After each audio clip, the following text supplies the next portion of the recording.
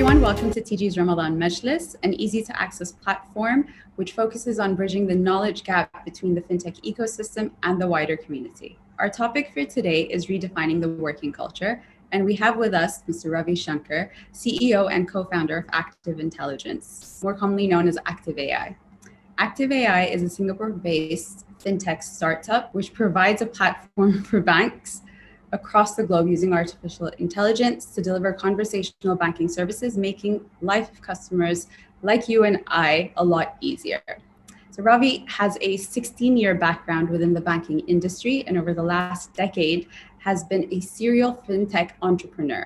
Hi, Ravi, welcome. How are you doing? Wonderful, thank you. Great to meet you, Rida. Likewise. How's everything going? Things are good. I would say tough times and very strange times. Absolutely, I can understand. So let's just dive right into it. You've talked about tough times, very strange times. How has this time impacted the working culture?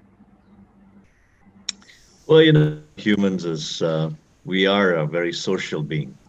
And a lot of our socialness comes from our ability to meet our colleagues, our friends, our family, fairly in person and enjoy a moment or share a thought.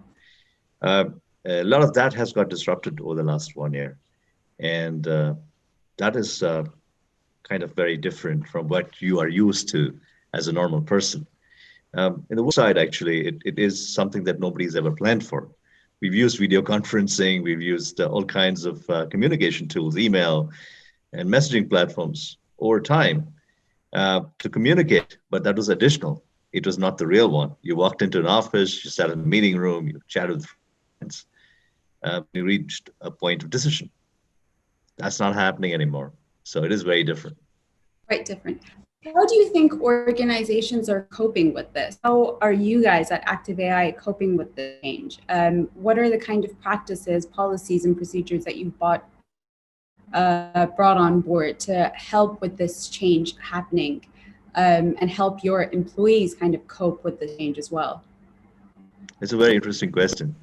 I think all organizations have a disaster recovery plan, and the disaster recovery plan is designed around having all sides having alternate mechanisms, different working hours, different teams, different technology, connectivity, and a whole bunch of things. But what do you do when you're enemy and it's not one place but everywhere, right? So I don't think anybody had a plan for this, and anybody had a plan. This is going to last this long, right? So it has taken organizations across the world a lot to try and understand and adapt to the situation, starting with how do you empower your teams to work from anywhere? How do you communicate with your clients to say this is a real situation? And then you hear from your clients saying, hey, it's our situation too, So how do we collaborate? And how do you maintain business continuity? And how do you maintain innovation? And how do you make sure the customers everywhere, your customers' customers, are also feeling comfortable in this whole situation? So it required a new set of operating procedures. It required a new set of technology direction. It required a new set of working ethos. It's very easy to assume that you're available because you're at home and that you're connected. But suddenly an 8-hour day or a 10-hour day, which what you signed up, becomes 14 hours, maybe 16 hours, because there's so much to be done and your client's always reaching out to you. So there are multiple challenges. And we have to bucket each one of them into a new set of operating procedures to say, hey, this is my engagement plan, this is my delivery plan, this is my customer service plan, and this is my product lifecycle plan, because you're a product company, right? And so you go back and start all over again and rewrite this as fast as you can. Now you look back, we had 1 year to do this, but nobody actually planned for this to be running through for 1 year, right? And now everybody's planning for the next 3 years, thinking this is going to write the secret. So it will evolve, but I think given the dynamic nature of most organizations now who are ready for these kind of situations, we have new set of engagements, rules for engagement, right? That includes rethinking your business model completely as well. So, really well put. There is no, line between what is work now and what is personal life, because work has become personal life. We all are always working while we're at home, and I don't think there's that gap. How have you guys put in place some practices to ensure that your employees are able to have that time with their family or have that divide between work and between their personal life? I think the most important thing is to empower people to say, listen, this is your personal space and this is your official space. If you do not pick up that phone after work hours, it is perfectly all right, right? That is the most important thing to do. Now, if we can understand that and we can define that space, it is much easier for people to operate. But we also have to appreciate the fact that most people who went out to work, went to offices. Some of them have smaller homes. They don't have two meeting rooms of quiet space in the house with the husband, the spouse, and you are working, and both of you are having conference calls. It's very difficult, right? So it is all about. So what we didn't have solutions to this. There's no easy solutions here. So what we did was to simply empower our teams to say it is okay not to get onto a video call if you're not comfortable. It is okay to mute the phone for most of the call until you need to speak, or you can use the chat window. It is okay to say, I'm not ready to take this call right now because it's my personal time, or I have a situation when I'm not ready. I think that's fundamentally one part. The second part is extending the hours itself, right? So somebody's always making, and in a project organization, in a product organization, in a delivery organization, the challenges are very different. It goes into hours and days and stuff. So we learn to empower themselves and communicate and work towards a goal along with the clients, because its client situation is also the same. And hopefully we will arrive at a new work order, a new work culture globally, which appreciates and recognizes that harm. And we have to be sympathetic to the other person there. There is no magic here. We tried to, the first 2 weeks, put together some framework, but that won't work. So now we've let people take the control of their own time and their personal well-being and manage it. Amazing. Active.AI location, and you do have individuals working obviously remotely in all of these locations. How do you seem to manage that and balance that off the time that with an individual working is you? That's important. So we come from Australia to the west coast of the US. So if you really look at my timeline in a given day, it starts. It's about 17 to 18 hours a day. That's a constant pinging of some messaging, and it's coming. And I'm sure a lot of my colleagues too. My colleagues who are based in Singapore have a different hour. My colleagues who are based in India have a different hour. My colleagues who are based in the east coast of US have a different hour, and Central America and West Coast, right? So you're always at different time zones for various clients here. So we have tried to, again, follow the very simple rule that pick your hours, pick your time, and make sure that your client is firstly aware of what you can do, when you can do. And the second part is, one is the client side. What about the internal team? The internal teams are actually juggling different hours. So we have, for example, for clients in the Middle East, right, we have dedicated teams which work through the, Friday, Saturdays, Saturday, Sunday to Thursday. And then for North America, we have teams which work only Monday to Friday. And that probably ends a little earlier than in Friday, right? So we have tried to give time zone wise fitting to people, and also appreciating the client requirements of various times.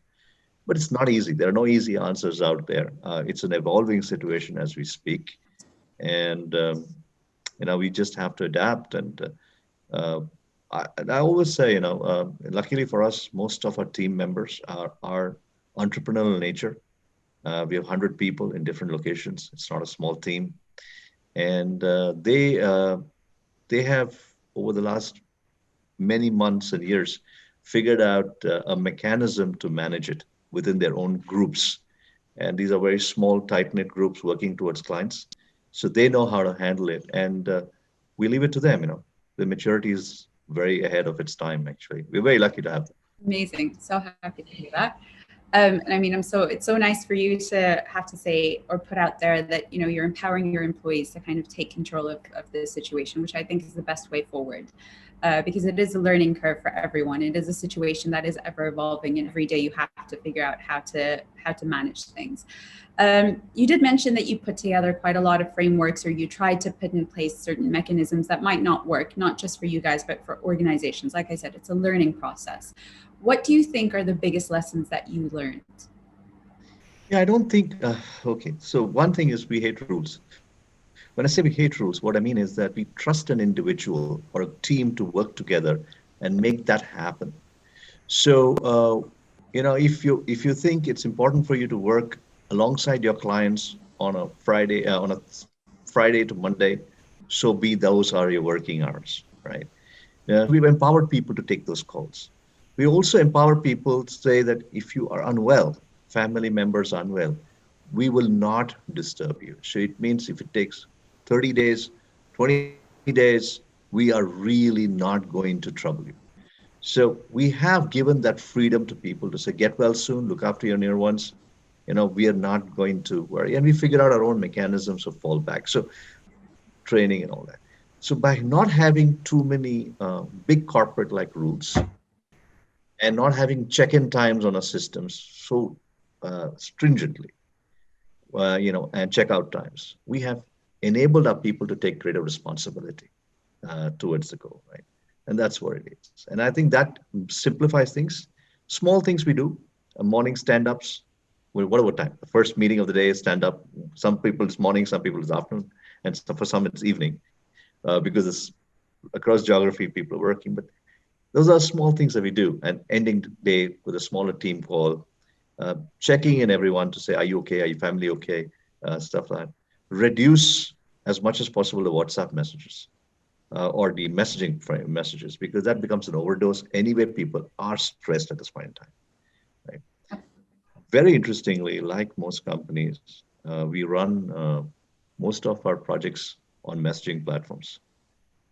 We try and use email less because it's not instant. And so whether we're using Teams or any tools, it works real time, faster, and that's how we even work with our clients as well in the same way. It's fascinating how the world is evolving. We have to see how this goes. I don't know how much longer people will be excited to work from home, but we'll see. How do you keep the team excited to work from home? Well, I think giving them the space and the respect for their own time is most important. That's the first thing. And then we were very active doing fun things like yoga classes, group yoga classes, entertaining comedy shows, or conversations around financial planning, mental wellness, um, all of that by experts or people who took the effort to contribute the time to motivate our teams. It was all fascinating. It was done. And we all thought it would go away. We were restarting all of that again because somewhere we stopped that because we thought it was the end of it. And towards last October, November, December, everybody relaxed. Yeah. But now we're in the midst of a horrible wave right now. And so we hope to, we're kicking this off soon in a couple of days again. That's how we do it. Amazing. I think that's brilliant. And I mean, you rightly said uh, being aware of your mental health in this time specifically is so important, because I feel like staying indoors all the time, with certain countries in lockdown, and being surrounded by a certain group of people all day, all night, it's very important to take that time to kind of look out for yourself, and having your organization prioritize that is amazing. Lastly, just before we jump into a couple of questions that are popping up, what do you think the future of work culture looks like? Well, I do hope we are able to get back to offices. Um, there is a separate joy, and now you stand to appreciate that getting into a huddle, into a meeting room, the coffee room, there is so much that can be achieved, which is in person than that. So I think hybrid workplaces are definitely one of the two things that will ever emerge. I think large distributed groups may have get into going into temporary offices or rent by the hour desks to huddle up and meet, depending on how pandemic plays out in different countries. But those will happen. I think going back to office full time for everyone may not be the order. I think we will be calling in people by teams or options so that your office is not 50% occupied until everybody's probably vaccinated. And then the regulators and the governments, everybody says we're all good to go, right? So all of that is going to continue to have its play out. But what I'm certainly sure is that complete work from home is not going to happen. I mean, that is not going to remain. I think humans by nature are far more positive, and we will find a way. Absolutely, I agree. And I really hope so, because I'm definitely one of those people that misses that, going into work, jumping into a meeting room, meeting your colleagues, having a chat about something. So I agree, absolutely. Yeah. I think we have a couple of questions. So the first one, which I think is very interesting, for new people joining the team, how do you guys go about onboarding these new joiners during this time? Obviously, like you said, there's no interaction. So how do you ensure that this person is kept engaged throughout the period? Yeah, very interesting. So I think the first thing is that HR teams do make them comfortable and address what the current situation of the world is and how we are operating in this context. It's also the direct line managers and the teams who get involved in the process and bring them in and have conversations with them to say, how are we working and how is things happening? Now, if the person is very new to our technology, then of course training and all that happens remote. But yes, they have very often, like I said, our stand-up meetings, our regular weekly, daily huddles within smaller teams makes it. So the smaller you make the team, the tighter they are, and then the more cohesive they get, and the more welcoming it is for a new person. And that's what I think is probably the most warmest way to do it right now. And keep it tight. Most importantly, a lot of our team members are distributed within one country itself. They're in smaller towns. They're in some of them are bigger towns. So internet is not consistent everywhere. So you have to appreciate the challenges of everybody's from wherever they are, and allow them to become comfortable in their own situations. So we are trying to accommodate that, and hopefully, we will be able to give a better experience once our office is open. There's nothing like that where you really see somebody and meet them in person and chat with them. There's no replacement for that. I agree. What have you found people's preference to be so far, working from home or the office? From conversations you've had maybe with people around you? Yeah, most people are itching for hybrid, right? So given a choice, I would say they would love to probably come in 2 to 3 days a week to office and do what they have to do. I don't think anybody's ready for 100% office. Maybe it's the bachelors. We always in the tech industry we have a lot of singles in the team and very young fellows. So for them, this is their new college hangout, the office.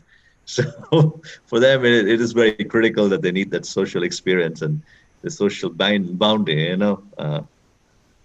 camaraderie. So for them, coming into office is very key. But I think for the senior folks, they will move to 2 to 3 days a week, a hybrid workplace. That's very good. Personally, for me, I would love to be in office. Not that I don't like working from home. It gives me time to spend time with my family and my children. I see them all the time, do new things, try my hand at cooking or something else. But I think office is great. I miss that. Yeah. I think it's been quite a while that people have had that continued kind of time of going into the office, meeting up with friends and colleagues. I think personally, I would like that hybrid approach where from time to time I'm able to kind of sit at home, work from home, and like you said, be able to kind of relax while you're working as well. But definitely need that one-on-one interaction with the team. So I do agree. Great. So I think that brings us to the end of our chat today. Any last words that you'd like to add, Ravi? Or any Yes, last stay safe. thoughts? Yeah, stay safe, everyone. This will end. Uh, Too many people working to make this end. You're going to have fun going back to your offices, and it's going to be a better world tomorrow. Stay safe. Thank you so much for your time, Ravi. It's been a pleasure speaking to you. And thank you so much, everyone, for logging in. Keep up to date with the next episode coming up very soon. Thank you and take care. Bye. Thank you, Rita. Thank you, Rita.